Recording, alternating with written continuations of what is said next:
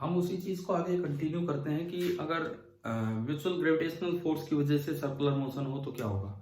पिछले लेक्चर के डिस्क्रिप्शन में मैंने आपको एक काम दिया था कि अगर कुछ और इन्फॉर्मेशन हो कि भाई इक्वल एंगुलर स्पीड से डिफरेंट मासेस घूम रहे हैं तो आप उनकी स्पीड्स निकालने की कोशिश करना। देखिए अब कैसे होगा। टू डिफरेंट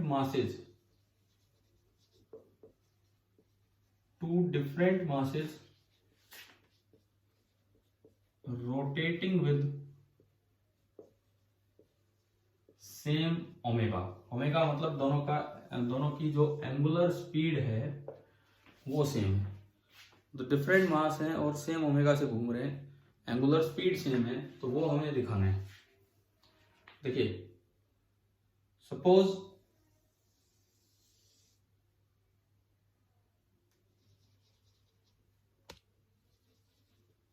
ये दो अलग अलग पार्टिकल्स हैं फिलहाल, और हमें बोला गया कि भी इनके बीच का सेपरेशन हमेशा एल रहता है।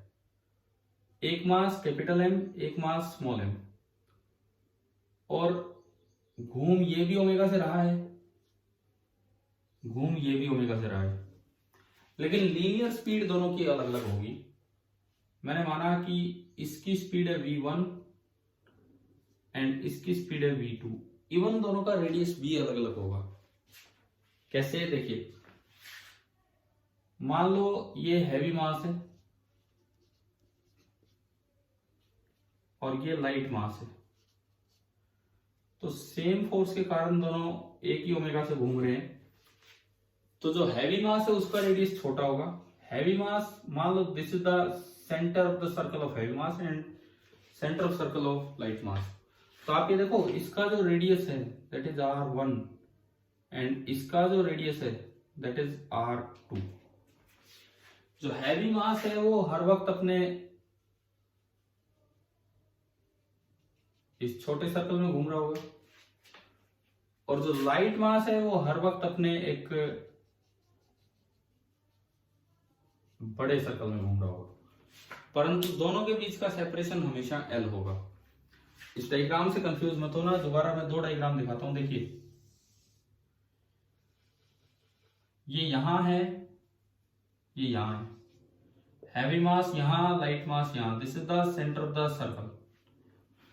थोड़ी देर बाद हैवी मास सेंटर से नीचे आ जाएगा, r1 डिस्टेंस नीचे, तो लाइट मास सेंटर से ऊपर चला जाएगा, काफी ऊपर। ये डिस्टेंस है r2, तो ये डिस्टेंस भी अब r2 है। ये डिस्टेंस है r1, तो ये डिस्टेंस भी अब r1 है। तो ये इस तरह का सर्कुलर पाथ है। तो लाइट वाला था यूं, ये यहां तक गया, तो मतलब एक लंबे पाथ में घूम रहा होगा जो मैंने यहां दिखाया है। ये स्मॉल एम का पाथ है और ये कैपिटल एम का पाथ है। दोनों के बीच का सेपरेशन हमेशा एल है और दोनों का ओमेगा सेम है। अब मुझे मान लो लीनियर स्पीड निकालनी है, v1 और v2 निकालनी दोनों की। तो हम क्या करें, एक एक पे न्यूटन सेकंड लॉ लगाएं। Newton second law on capital M. Net force towards the centre उस पे लग रहा है g m upon l square. r1 r2 नहीं, पूरा l का स्क्वायर, क्योंकि ये लगा रहा है, बराबर उसका मास इंटू सेंट्रीपिटल एक्सेलरेशन। और ओमेगा की टर्म्स में सेंट्रीपिटल एक्सेलरेशन होती है ओमेगा स्क्वायर इंटू रेडियस। तो ये पहले की इक्वेशन बनी। कैपिटल एम से कैपिटल एम कैंसिल हो गया, फर्स्ट इक्वेशन ये आई।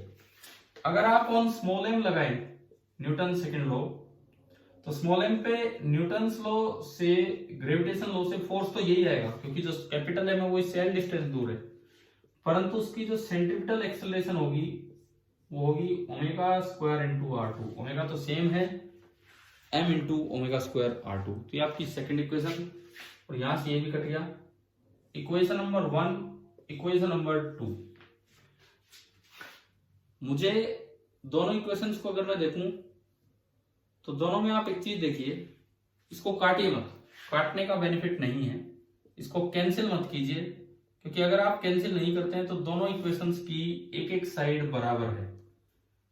दोनों इक्वेशंस की एक एक साइड बराबर है। तो from equation 1 and 2, equation 1 and 2 से अगर आप देखिए LHS बराबर है तो RHS भी बराबर होगा।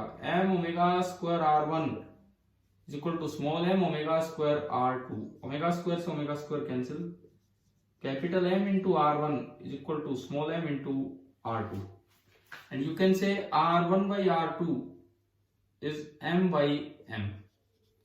तो ये देखो इनवर्स रेशियो आ गया, R1 ऊपर वाले का रेडियस R2 नीचे वाले का, यानी कि R is inversely proportional to M यहाँ पे। इसीलिए जो हैवी मास होगा, मास ज्यादा होगा तो रेडियस कम होगा। तो मेरे पास एक चीज तो यही। अब मैं दोनों का रेडियस बता सकता हूं बिकॉज दोनों रेडियाई की टोटल लेंथ L है। अगर हम यहां R1 प्लस R2 की बात करें दैट इज L, और R1 इंटू R2 की, R1 इज टू R2 की बात करें तो that is M by M। तो आपको रेशियो में तो डिवाइड करना ही आता है, जैसे आप नॉर्मली करते थे, late R1 is M into X and R2 is capital M into X, दोनों का सम L है, तो small m into X plus capital M into X is equal to L। यहां से X आ गया L upon M plus M, तो मेरे पास R1 भी आ गया और मेरे पास R2 भी आ गया। अगर मैं यहां से R1 निकालूं, R1 तो that is small m into X, तो small m into L upon M plus M। और अगर मैं R2 निकालूं, R2 capital M into X, capital M into L upon M plus M। तो एक काम हुआ कि मेरे को दोनों रेडियस निकालने आ गए। अब मैं थोड़ा डायग्राम हटाऊं ताकि यहाँ कुछ लिखने की जगह बने। दोनों रेडियस आपको निकालने आ गए। अब मैं ओमेगा निकाल देता हूं। आपने किसी भी एक पे न्यूटन लॉ लगाया था तो इक्वेशन बनी थी G capital M small m upon L square. मान लो ऊपर वाले पे लगाया था, बड़े वाले पे, तो capital M into omega square into उसका रेडियस जो हमने R1 माना था। इसमें आप R1 की वैल्यू पुट कीजिए यहाँ, तो ये बना capital G M small m upon L square is equal to capital M omega square into R1 M L upon M plus M। अब आप देखो M से M कैंसिल, स्मॉल m से स्मॉल m कैंसिल, तो यहां से जो omega square आया, omega square that is G into capital M plus M, G into capital M plus M upon L cube, G into capital M plus M upon L cube. तो अगर आप omega निकालें तो omega जो होगा वो इसका अंडर रूट हो जाएगा। ओमेगा निकाले तो वो होगा इसका under root, G into M plus M upon L cube का अंडर रूट। अब देखिए ओमेगा भी आ गया, R1 भी आ गया और R2 भी आ गया, तो मैं लीनियर स्पीड्स निकाल सकता हूं। जो पहली लीनियर स्पीड होगी ऊपर वाले की, कैपिटल M की लीनियर स्पीड, मैं फाइनली यहां लिखता हूं कि इन दोनों की लीनियर स्पीड्स कैसे लिखी जाएंगी। देखिए जो लीनियर स्पीड होगी कैपिटल M की,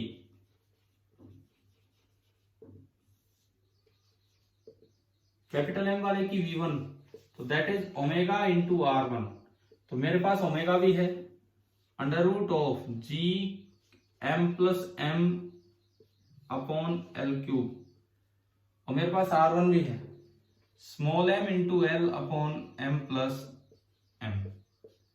ये सब कुछ स्क्वायर बन के इसके अंदर आएगा, तो V1 हो गया अंडर रूट ऑफ, देखो L स्क्वायर अंदर बन के जाएगा तो नीचे केवल L बचा, M प्लस M स्क्वायर बन के जाएगा तो नीचे केवल एक बचेगा क्योंकि एक ऊपर से कट जाएगा, एंड M स्क्वायर बन के जाएगा। तो ये मेरे पास ऊपर वाले मास की स्पीड आ गई, ऊपर वाले मास की स्पीड ये आई। सिमिलरली अगर आप नीचे वाले जो लाइट मास था, हल्का मास, उसकी लीनियर स्पीड निकालें स्मॉल m की, तो V2 that was omega into R2, V2 that was omega into R2। Omega आपका था under root of G M plus M divided by L cube into जो इसके साथ R2 आएगा that was capital M into L upon M plus M। Again ये square one के अंदर गए तो V2 आएगा under root of G capital M square upon L square आएगा तो नीचे एक L बचेगा, और M प्लस M का स्क्वायर आएगा तो नीचे एक M प्लस M बचेगा। तो आपको ये दोनों की लीनियर स्पीड निकालनी आ गई। मतलब पिछले में मैंने पढ़ाया था सिंपल सर्कुलर बात, सेम रेडियस में अगर दो चीजें घूम रही हो, लेकिन अगर डिफरेंट में ओमेगा सेम दिया हो तो आपको इस तरह से निकालना है। क्लियर?